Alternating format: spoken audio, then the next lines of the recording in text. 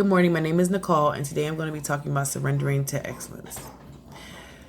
So I had a conversation with God this morning, and as a result of that conversation, I heard an answer.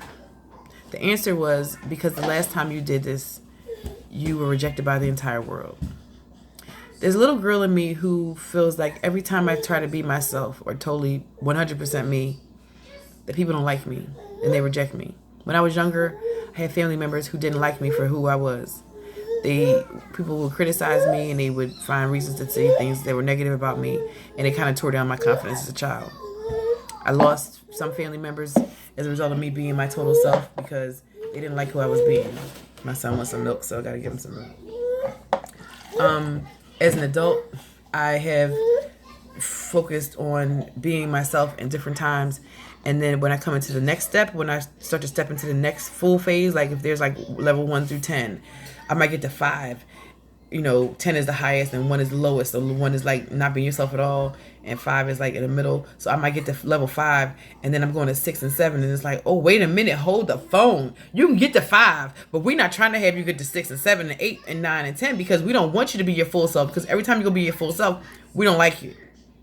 I've lost friends every time that I get past 5, 6, 7 because there are people who just don't like me.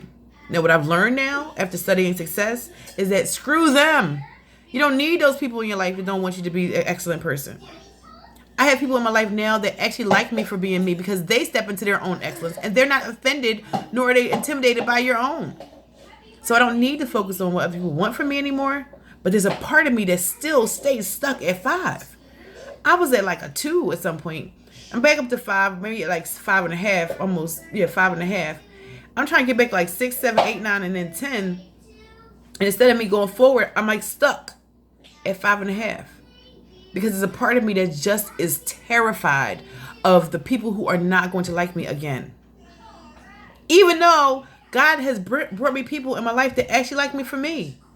Every time I have lost people that didn't like me for me, I've always gained more people.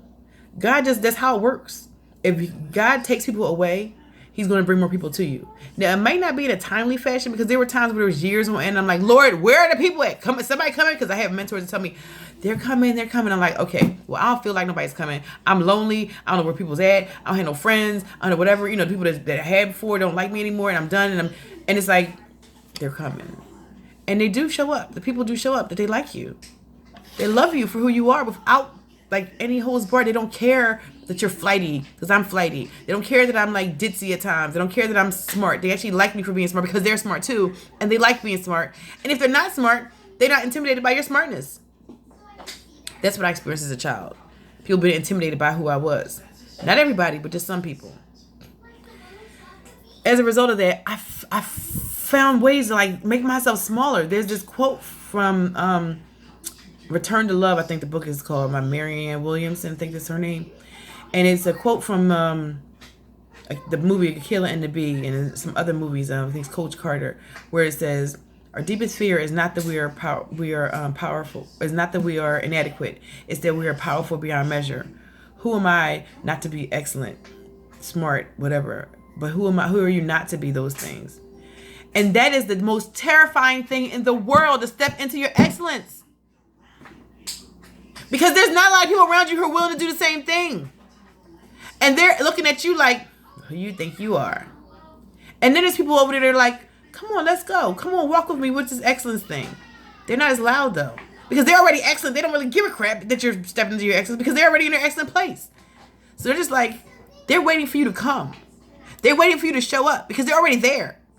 And they're not going to be like coaching you along. They're like, look, if you want to stay there at a 5, 5.5, then stay there. But I'm already in 6, 7, 8, 9, and I'm trying to work my way up to 10. So one of the things that I have to work on is stepping into my 10 without being scared to lose the people who don't like me. There's an internal thing in my brain that says, they will run from you. They will not like you if you be yourself. Who's they? At this point in my life, I have people around me that actually like me for me. The people who don't like me aren't around. I have a few, there's one specific cousin I can think of that you can pretend you like me, but we used to be like the best of friends when I was younger. When I started to change, we're not cool anymore. We're still not cool anymore. Okay? And I love her and she loves me, but we're not friends, nor will we ever be friends. You know, I have a friend now to this day that, well, used to be a friend. I don't know where she went to. I started changing and being more confident. I'm not sure. She just bounced. I don't know what happened. I remember this lady one time. We were cool. We were developing a friendship. And I took her to church with me, to my church. I took her to my church in my car. We drove over there to New Jersey, and which we had to cross the state, pay a toll to go to the other state, to go to this church, my church that I invited her to. We get to the church and she's like, "Oh, this is really nice," and we had a good time. So we were leaving, getting to my car, and one of the church members says, "Oh yeah, you know, we're having something on whatever day of the week it was." And she told both of us at the same time.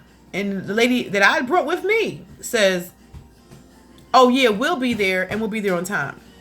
Backstory, I'm always late to everything, or I used to be late to everything, and I definitely was late to church all the time.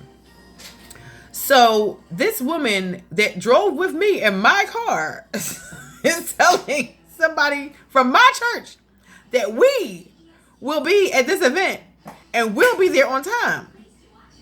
First of all, I just heard about the event. I'm not sure if I can go or not because I gotta check my schedule. Second of all, if we is going, that means that I need to know that I'm going, and you need to ask me if I can pick you up from your house to go. Third, we ain't gonna be on time, then you need to go on the bus because you don't know what time I'm gonna get there because I know what time I'm gonna get there. And when I got to her house after driving from the church and driving to her house, I said, "Listen, if you want to do something with me, you have to ask me. I am the one driving. It's my car. You have to ask me if you want to go, and you have to talk to me about what you want from me. You can't just decide for me and tell somebody else what I'm going to do." I never spoke to her another day in my life. She never called me back. I actually called her back, but she never called me back. She never, ever in her not once did I see her again, ever. That's not the kind of friends that I needed. I thought that she was going to be a good friend. No, she wasn't. She was a user. She wants what she wants from me, and that's it. Those are the kind of people that I used to attract. Not anymore. I haven't attracted that kind of person for a very long time.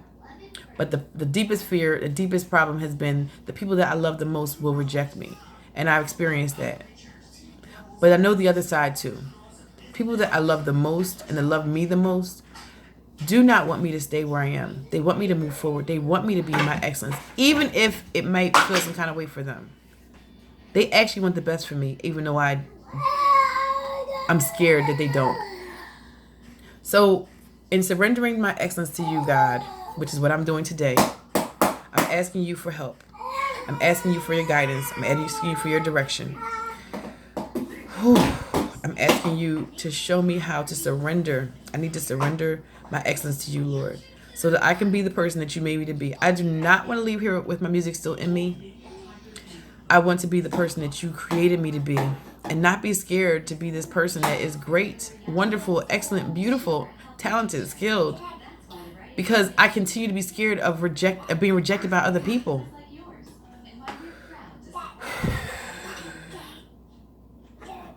Lord, I surrender my excellence to you today. Lord, I ask that you would help me to walk tall, walk in boldness, step into who you made me, and have no apologies for it when I walk in the room. Lord, I ask that you would help me to deal with the loss of any person that I have to deal with, because that loss is possibly great. I might lose my husband, my friends, my family. I don't know who I might lose that might not like me if I step into this next realm. But I gotta take the risk, because staying this way is not working. Staying this way is making my house dirty. It's making me late for stuff. It's making me fat and overweight. It's making me bored. It's making me lazy. It's making me an inadequate mom. I want to be a better mom. I want to step to the next level of motherhood. I'm a decent mom. I'm a good mom. But I want to be like mom 2.0. And I can be that if I just step into my own excellence. Put myself first. Pay attention to my dreams, my desires, and things that I want. And then take care of everybody else. Whew. I ask this in Jesus' name. Amen. I hope this helps somebody else today, because I know that I have to step into my own excellence. And it is terrifying and it is scary. And everybody talks about, like on Oprah and all her people, that people talk about, stepping into your purpose and being your purpose and all this other stuff, and knowing who you are. And it is so true.